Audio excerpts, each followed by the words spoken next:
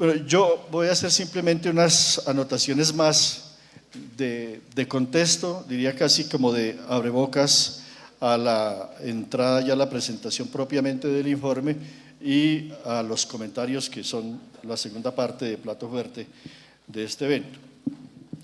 En primer lugar, quisiera, para quienes no lo conocen, por supuesto, ponerlos en contexto sobre el surgimiento del equipo responsable de la producción del informe Basta Ya y de todo el conjunto de informes, más de 20, ya vamos llegando a los 30 informes de memoria histórica que se han producido en los últimos 5 o 6 años. En primer lugar, es un contexto normativo extremadamente complejo. Nosotros surgimos en el contexto de lo que se conoce como la Ley de Justicia y Paz, una ley que es percibida, y no sin razones, por la opinión pública, por las organizaciones sociales en su momento, como una ley hecha a la medida de los intereses y de las demandas de los paramilitares para resolver por una vía fácil las responsabilidades criminales que les competen. En segundo lugar, otro elemento de dificultad para nosotros, y esto tal vez pueda parecer como muy anodino, pero para nosotros eran retos muy grandes para trabajar en ese momento, un reto político, porque la tarea nuestra, por ley, era producir un informe sobre origen y evolución de los grupos armados ilegales. Pero estábamos en un contexto político en que se negaba la existencia misma del conflicto armado. Recuerdan ustedes bien las dos presidencias del señor Álvaro Uribe Vélez. Entonces, para nosotros era un doble reto. Primero, cómo hacer una apuesta pro víctimas, una construcción de memoria y de verdad pro víctimas, desafiando ese contexto normativo dentro del cual surgíamos y que nos confrontaba. Y segundo, cómo construir legitimidad frente a las dudas obvias de las organizaciones sociales y de derechos humanos frente a este trabajo nuestro. Esto implicó por lo menos 2 pasos que aparecen como simples también, pero eran muy importantes para nosotros. Uno, desde el punto de partida mismo del ejercicio de investigación en el marco de la Comisión Nacional de Reparación, la exigencia de reconocimiento de la autonomía del trabajo del equipo que conformara el director, quien les habla, la conformación del equipo era muy importante. Digamos también como mensaje a la sociedad, al mundo de la academia y al mundo de las organizaciones. Debo decir que el criterio básico con el cual se conformó ese equipo fue un criterio de reconocimiento a la tradición, crítica y al conocimiento acumulado que podían exhibir los diferentes miembros del equipo conformado. E incluso en ese equipo conformado, también muy a propósito, había personas muy asociadas a trabajos de confrontación pública, no solamente con el gobierno, sino en general con el Estado y con los marcos normativos asociados a la Ley de Justicia y Paz. Entonces, autonomía para la conformación del grupo. En segundo lugar, autonomía académica, es decir, que no había ninguna instancia superior que hiciera la valoración si esto se ajustaba o no se ajustaba a ese juez eventual superior a nosotros. Era el criterio académico, producido según las reglas del mundo académico, el que justificaba el trabajo en sí mismo. Y en tercer lugar, un elemento que era muy importante en ese contexto, autonomía decíamos nosotros, en el diálogo político. Es decir, autonomía en la capacidad nuestra para relacionarnos con todas las organizaciones sociales de víctimas y fuerzas sociales, incluidas muy explícitamente aquellas que fueran ampliamente contestatarias de la acción estatal. Incluso yo recuerdo que de manera un poco desafiante la primera entrevista que yo di cuando fui nombrado director del Grupo de Memoria Histórica fue diciendo, así titular del Tiempo, Gonzalo Sánchez pide hablar con tiro fijo. Yo sabía que eso no me lo iban a permitir en el momento, pero era una manera de simbólicamente decir, queremos hablar, si queremos hacer un trabajo de memoria histórica, una historia del conflicto seria, tenemos que tener la libertad política también para hablar con quien nosotros consideramos que sea pertinente hablar. Y también todo aquel que se quiera aproximar a nosotros lo pueda hacer sin riesgo para él y sin riesgo para nosotros. Esos son unos elementos, pues, yo creo que mirado retrospectivamente, muy importantes de contexto para entender por qué pudimos hacer lo que hemos hecho de partida en un contexto tan difícil. E incluso simbólicamente, para nosotros fue muy importante el punto de arranque. El primer informe que produjimos fue sobre la masacre de Trujillo, una masacre en la cual era evidente ya probada la responsabilidad no solamente de paramilitares y de narcotraficantes, sino también de agentes del Estado. Para nosotros el caso de Trujillo fue como un pulso también, de hecho, a ver hasta dónde nos permiten ir, hasta dónde es posible ir en este trabajo. Y eso definía para nosotros también la continuidad o no de este trabajo. Yo creo que con algunas dificultades que no es del caso mencionar, de todas maneras, se diría, pasamos la prueba y pudimos seguir adelante. Entonces, surgíamos en lo que pudiéramos llamar un contexto normativo, pro paras, para hacer un trabajo de dignificación de las víctimas, un trabajo pro víctimas. Segundo elemento que quisiera que tuviéramos en cuenta también para estas reflexiones y las que se vienen. Nosotros partimos también del reconocimiento en el informe de que la violencia de hoy, y por más remoto que nos parezca, tiene su origen, sus orígenes en la violencia de los años 50. Las primeras reflexiones apuntan precisamente a hacer algunas consideraciones generales sobre las transiciones de la vieja lucha partidista a la lucha, llamémoslo, insurgente, moderna del país. Aunque las cifras sí las comenzamos a partir de 1958.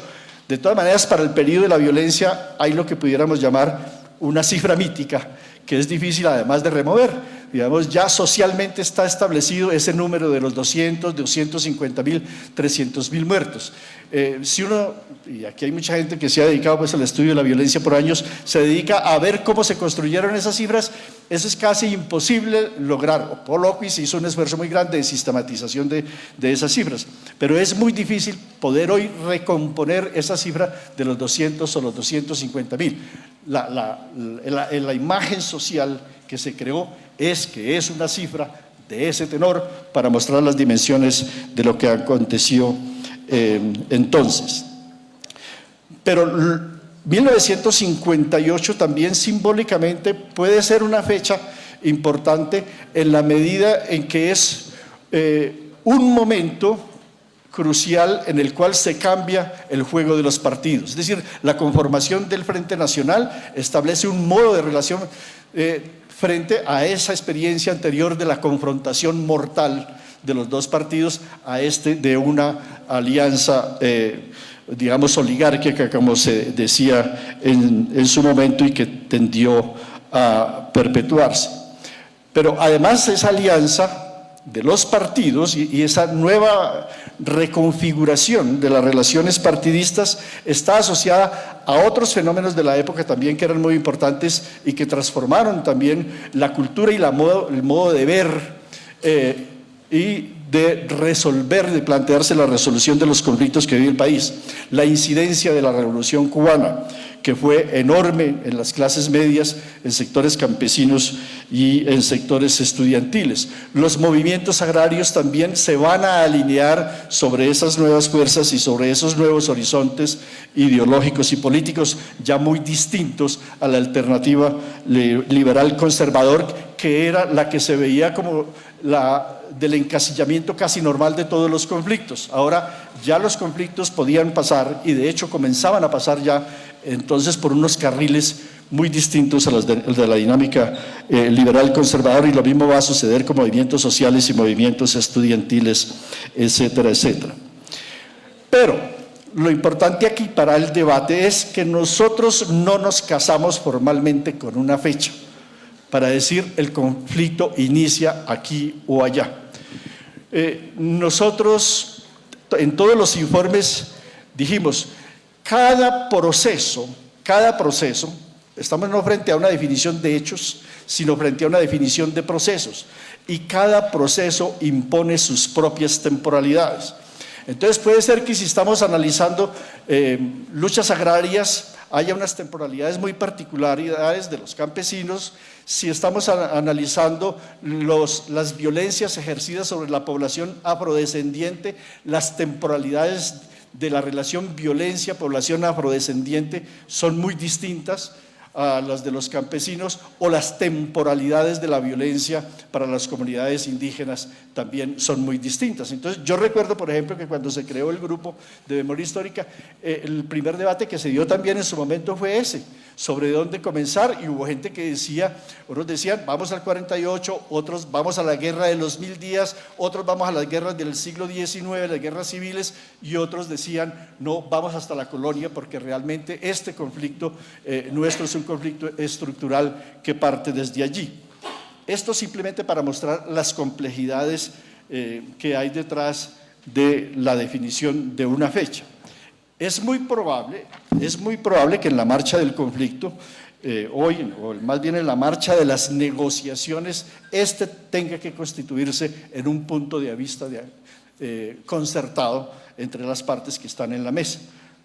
¿A partir de cuándo vamos a hacer en ese escenario de comisión de la verdad? ¿A partir de cuándo vamos a señalar ese mojón de los inicios? Porque establecer el mojón de los inicios es también establecer el mojón de la responsabilidad. Es decir, no subvaloramos la importancia que hay en la discusión sobre las fechas. Ese es simplemente un elemento de contexto sobre el cual hay debate fuerte, incluso en este momento en el país. Por ejemplo, en esta semana apareció un artículo de un colega de la Universidad Nacional, Alejo Vargas, que hace referencia a 4 fechas que se están moviendo en este momento.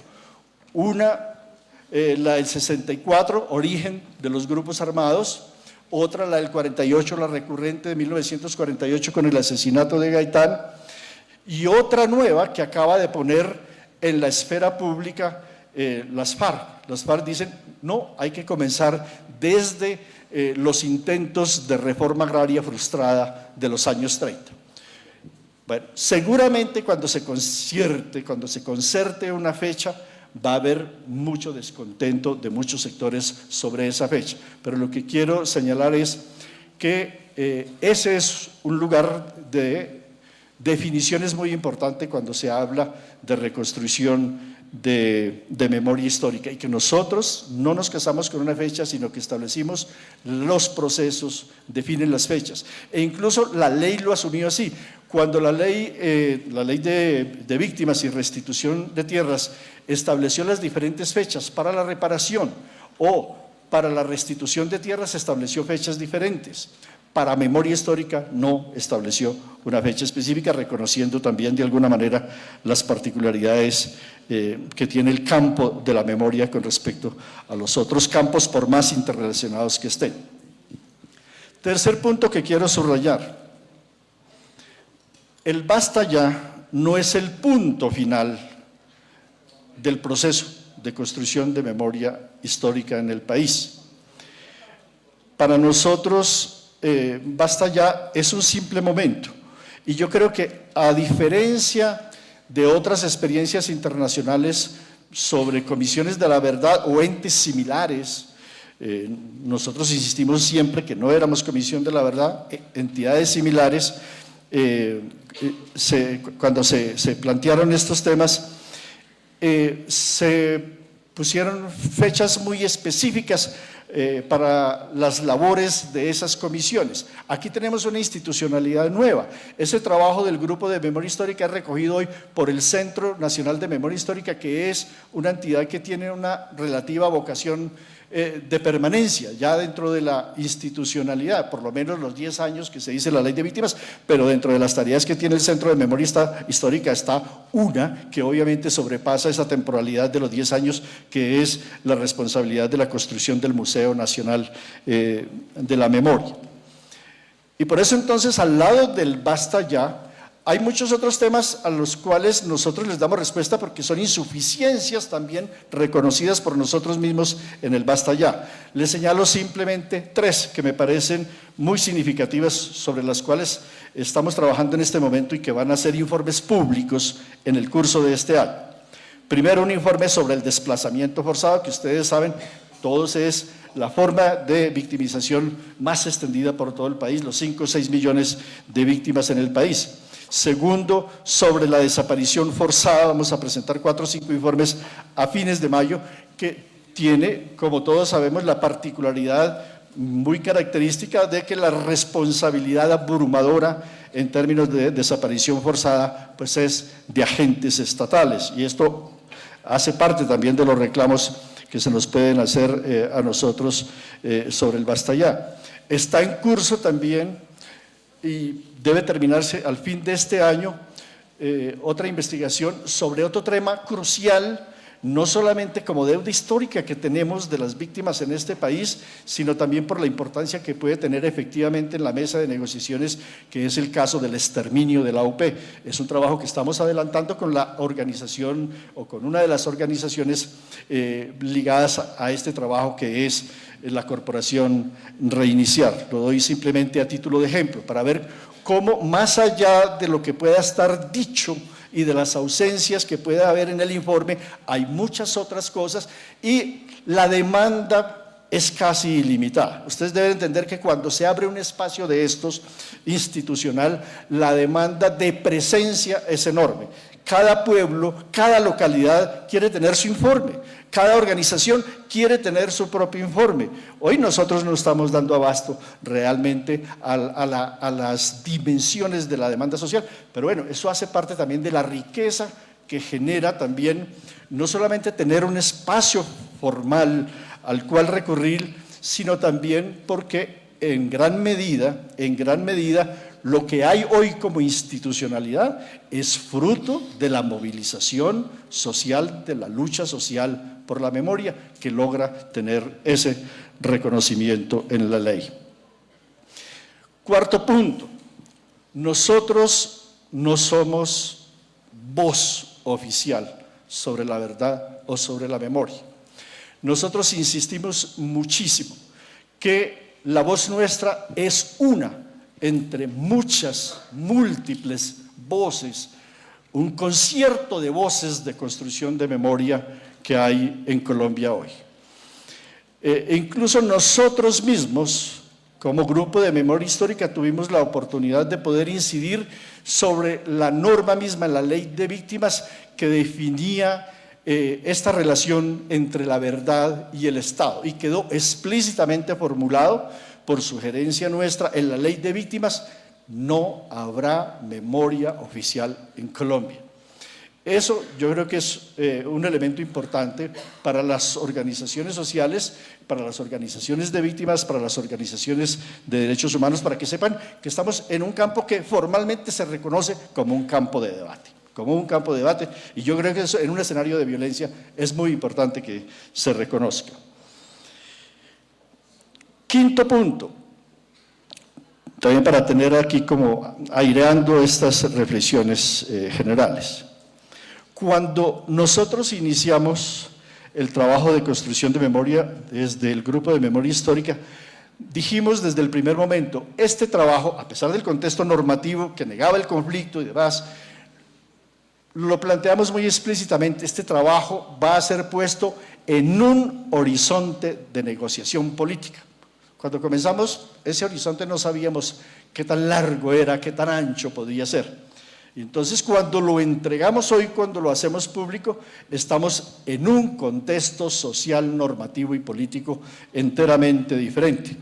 Estamos en un momento en donde hay efectivamente una negociación política y por eso el Basta ya no pasa como cualquier otro documento, como cualquier informe académico, sino que ya está planteado en el centro de los grandes debates que atraviesan incluso el mismo escenario de La Habana. Entonces era una apuesta también en ese contexto político que hacía una apuesta por la victoria militar sobre la insurgencia. La nuestra era una explícita apuesta por la solución negociada al conflicto. Y evidentemente, como lo sabemos, en cualquier proceso de negociación política, llámese el Perú, o llámese El Salvador, o llámese Guatemala, uno de los elementos centrales de la negociación es la negociación del pasado. La negociación del pasado, ¿qué pasó y quién hizo qué? Es un elemento central de la mesa. Eso es lo que se está discutiendo en la mesa. ¿Quién hizo qué y quién es responsable de qué? Sexto punto, para mencionar, creo que me estoy tomando ya demasiado tiempo. Bueno, ok, entonces yo voy a dejar por ahí. Simplemente voy a subrayar como punto final el siguiente. Las transformaciones también que se dan cuando se produce el informe y en el desarrollo mismo del informe y en el momento actual. Hay una primera transformación en el plano normativo fundamental. Nosotros venimos de una tradición de soluciones negociadas del conflicto vía mecanismos como el de las amnistías. Hoy nos encontramos en un escenario en el cual están prohibidas las amnistías. Estamos en un contexto normativo por impactos universales o lo que sea, internacionales, también internos, muy distintos del modo de tratamiento del conflicto. Segundo punto, la proliferación de amnistías en los procesos anteriores obedecía a una valoración muy significativa que se hacía del delito político. El delito político de alguna manera tenía sus propias justificaciones, era un elemento, llamémoslo así, positivo de la guerra. La justificación política obligaba a un tratamiento muy claramente diferenciado de la delincuencia común. Hoy nos encontramos en un contexto, en el plano normativo jurídico internacional, en donde paradójicamente lo que ha tendido a valorarse más es la defensa del orden, más que la subversión del orden o la transformación del orden establecido. Pero yo dejo acá esta reflexión, he comprometido que era así 5 o 10 minuticos y parece que me fui pasando ya. Muchas gracias. Le doy la paso a mis colegas.